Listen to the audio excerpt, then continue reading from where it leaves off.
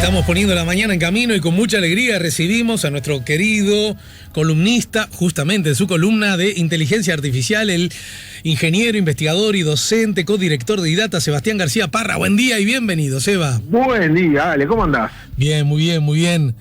Contento de escucharte. ¿Pasado por agua o no tuvo necesidad de salir? No, la verdad que no tuve necesidad de salir, un privilegiado, la estoy viendo de la ventana, y la verdad que hoy van a alcanzar mucha fuerza para sacarme de casa. A propósito de un artículo firmado por Ettore Piñataro, El Gato, las redes y los idus de marzo, hay un detalle que dice que entre el 10 y el 28 de marzo se crearon en Uruguay más de 1.700 cuentas nuevas en Twitter y todas empezaron a funcionar con ciertas curiosidades, tantas que mataron al gato. Digo porque el artículo estoy leyendo en un tramo ya empezado, ¿no es cierto? Sí. Y subraya, curiosamente son cuentas que tienen entre 25 y 100 seguidores, curiosamente varias de ellas promocionadas, curiosamente todas apoyan al gobierno de coalición, curiosamente se empujan los mismos hashtags, curiosamente ninguna tiene fotos reales en sus perfiles, curiosamente la mayoría son nombres de pila con varios números, curiosamente marcan tendencia casi a diario, curiosamente tienen respuestas muy similares entre sí, curiosamente salen todos sincronizados, curiosamente participan de cuanta encuesta aparece en las redes, curiosamente evitan el diálogo argumental, no interactúan, curiosamente agreden a quienes discrepan con el gobierno. Y agrega el artículo, curiosamente es la misma estrategia que utilizó Macri en Argentina. Conocer cómo se creó, instrumentó y ejecutó esa estrategia quizás ayude a encontrar puntos de contacto con la experiencia que ya tuvo un avance durante la última campaña electoral y ahora se intenta, según este artículo, según este autor, institucionalizar como parte de la vida política en nuestro país. Más allá de las lógicas político-partidarias, en todo caso, desde la perspectiva de la herramienta, ¿ocurre esto? ¿Es posible? ¿Es frecuente? ¿Cómo puede uno detectar si está frente a alguien que genuinamente opina en una dirección o que en realidad está frente a alguien que forma parte de una campaña y que el tal alguien no existe y que forma parte de otro proyecto, esta supuesta libre interacción que no es ni interacción ni libre? Bueno, lamentablemente sí es frecuente, sí se instaló en todo el mundo y específicamente se instaló en Uruguay con mucha fuerza en las últimas elecciones. Y por más que esto tiene una fuerte connotación técnica, yo creo que vale la pena, Ale, en este caso, separar lo que es material técnico de lo que es material humano. Uh-huh. Porque esta tecnología, al igual que un cuchillo que puede ser utilizado para darle de comer a un niño, o puede ser utilizado para matar, la tecnología pasa lo mismo, puede ser utilizada con un buen fin o puede ser utilizada para hechos execrables como este.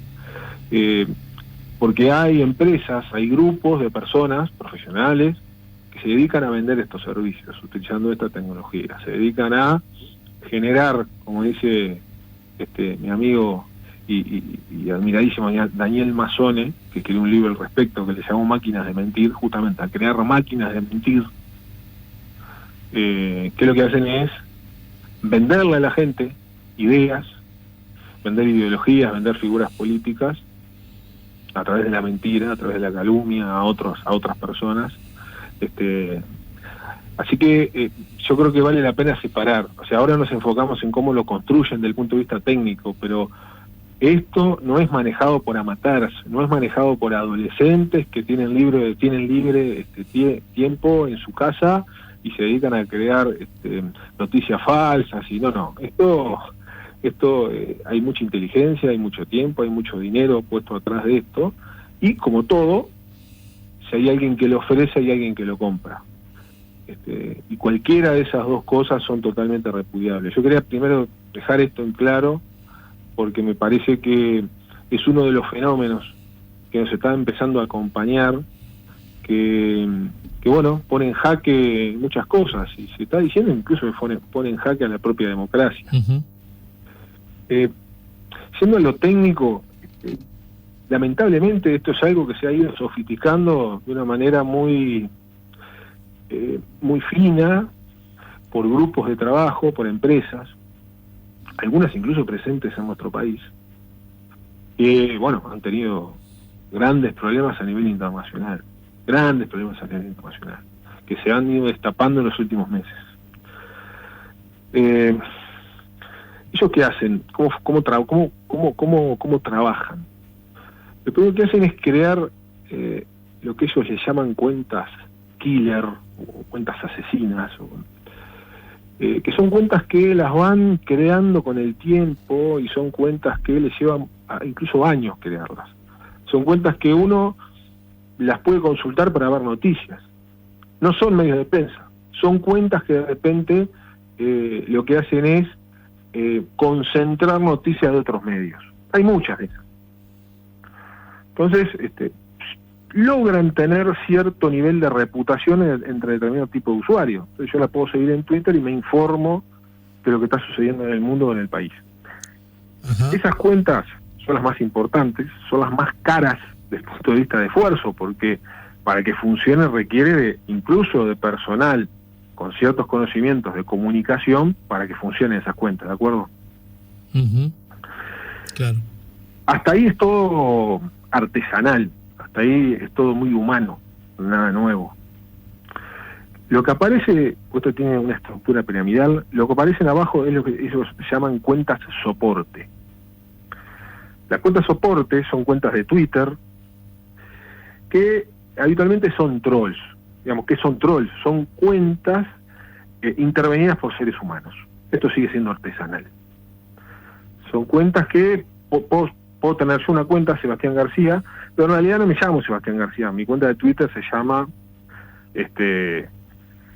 El Bolso Glorioso. ¿Está bien? Uh-huh. De paso mandaste publicidad, ¿no? Sí, capaz que tendría que haber usado, en este caso concreto capaz tendría que haber usado el otro cuadro, no me acabo de dar cuenta, pero bueno. Está bien, te lo dejo pasar. Que viene por acá. ¿Qué pasa? Esa cuenta yo la voy a utilizar para, por ejemplo, retuitear lo que publican las cuentas killer que yo decía hoy. ¿Y eso qué permite? Viralizar. Eso permite que que el contenido que ahora sí empieza a ser calumnioso, mentiroso, las cuentas de este tipo las empiezan a viralizar, porque esa es la idea de fondo. La idea de fondo es que las noticias se viralicen, si no, no tiene el efecto. Y después aparece otro nivel, que acá sí aparece la tecnología, que ya está abajo de la pirámide, y que significa que está abajo de la pirámide porque son muchos más, ¿verdad? O sea, tenemos unas poquitas cuentas killer, que pueden ser dos de repente, unos cuantos trolls manejados por seres humanos, y después abajo están los seguidores. Esas son totalmente falsas. Ajá. Son cuentas que aumentan los volúmenes de seguidores. Entonces, siguen a las cuentas killer, siguen a los trolls, se cuentan de a miles, se han detectado granjas de 1.500, 2.000 seguidores, totalmente falsos, pero son cuentas que necesitan un concepto que se llama ruido blanco. Es una cosa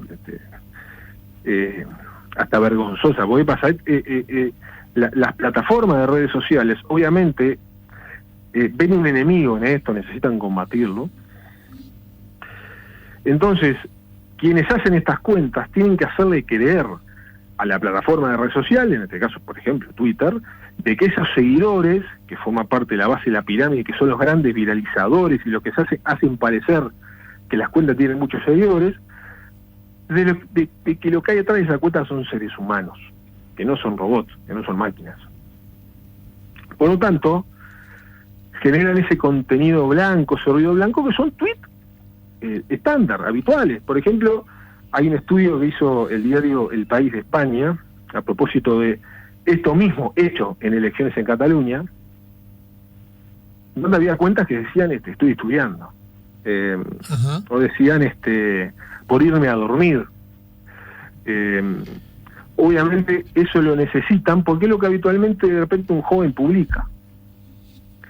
no tiene valor ninguno, pero parece ser que hay un ser humano atrás cuando eso se tuitea. Y cada tanto inyectan en la red esos mensajes, esas notas mentirosas que son creadas por las cuentas killer, esas cuentas que están en la punta de la pirámide.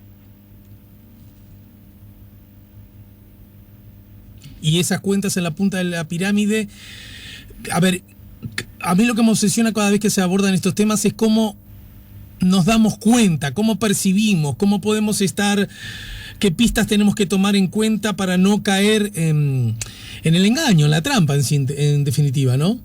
Sí, yo mira, Ale, este tema yo lo vengo estudiando muy de cerca, y lo vengo estudiando no solo de Big Data, sino también desde facultad. Es el tema que vengo estudiando, investigando ya hace algunos años. Cuando me hacían esta pregunta hace 3 o 4 años, yo tenía una receta. Y hoy lamento decir que no es tan fácil. Claro. No es tan fácil. ¿Por qué? Porque hace unos años, cuando se diseminaba una noticia falsa, por ejemplo en Uruguay, uno iba a ver la cuenta y veía que bueno, que eran cuentas creadas en la India, que la fotito de perfil no tenía ningún tipo de contenido válido. Pero hoy tenemos cuentas que en la foto de perfil tiene la cara de una persona, que no existe esa persona. Esa foto fue creada artificialmente. Uno ve los tweets que esa cuenta emitió y tiene sentido. Entonces no es tan fácil determinarlo de una manera tan algorítmica, digamos, como lo podíamos hacer hace 3-4 años. Yo la recomendación que doy ahora es, primero, verificar si esa noticia figura en los medios de prensa que conocemos y que sabemos que trabajan periodistas. Uh-huh, uh-huh. Antes de creer la noticia, y mucho peor, antes de reproducirla, porque ahí es donde se da el problema, que es cuando nosotros retuiteamos la noticia o la compartimos con amigos en Facebook, en WhatsApp o en Facebook, verificar si esa noticia está publicada en alguno de los medios de prensa que nosotros confiamos y de los cuales tenemos, y esto lo digo como si fuera una parodia, pero es cierto, tenemos el número de teléfono para llamar porque sabemos dónde está ese medio de prensa, ¿se entiende? Sí, claro. Y eso lo podemos hacer fácilmente buscando en Google. Si aparece una noticia que nos llama poderosamente la atención, verifiquémosla antes de compartirla. Pero no es tan fácil como buscar alguna pista en los perfiles de las cuentas. Tenemos que tomarnos ese trabajo. Hoy las redes lo están haciendo, lo están empezando a hacer. Uh-huh. Twitter lo está empezando a hacer. Perdón que no te entendí. ¿Quién está empezando a hacerlo? Twitter, por ejemplo, está empezando a filtrar cierto contenido que circula por la red, que ellos entienden o que es falso, o que es racista, xenófobo, etcétera. Hubo una noticia hace poco de un tuit del propio Trump. Exacto. Que ellos lo marcaron. Sin embargo, acá se abre otra discusión que es apasionante, Ale, que es, ¿le vamos a delegar a las redes sociales la responsabilidad y el derecho de decirnos cuando una noticia es falsa o no? O dicho de otra manera, ¿le vamos a delegar el derecho a decirnos qué es verdad? Uh-huh. Porque en definitiva, estas empresas no son ONG, son empresas. Entonces, acá volvemos a algo que centralísimo, ¿vale? Que mencionábamos hace un par de miércoles, que es que en definitiva lo que tenemos que desarrollar como personas, como ciudadanos, es nuestra capacidad de discernimiento, nuestra capacidad de verificar y y la responsabilidad de que nosotros terminamos siendo también viralizadores de las noticias. Claro. Porque acá, lo que este artículo habla es de un impacto político. En todo caso, y no es poco, una amenaza a la propia democracia. Pero ya en Brasil y en India se han detectado casos de muertes de personas por justicia a mano propia, de personas que fueron asesinadas porque por redes sociales circuló, por ejemplo, que esa persona había usado a un niño. Una noticia que había sido totalmente falsa, había tenido un problema de repente con un vecino. Claro. Entonces, EPA, que estamos ante un problema muy complejo. Entonces, hoy depende mucho más de nosotros, de nuestra responsabilidad, de no compartir automáticamente cuando algo nos llega sin verificarlo, porque al final del día, así como, te voy a hacer una analogía muy dura, pero así como cuando vamos a la feria y compramos algo robado y sabemos que es robado, que está mal, sí. Sí. En las redes estamos comprando ideas que son mentiras y las estamos inyectando para que otros la consuman. Uh-huh. No es material, pero es algo intelectual que tiene un impacto muy profundo en nuestras familias, en nuestros amigos, en nuestra sociedad. Entonces, ojalá hubiera una receta, pero es cada vez más difícil. Estimado Seba, te dejo un abrazo grande y un agradecimiento grande también, ¿sí? Fuerte abrazo, vale. Y saludos a la familia, Sebastián. Serán dados, cómo no. Chau, chau. Ya volvemos con La Mañana en Camino.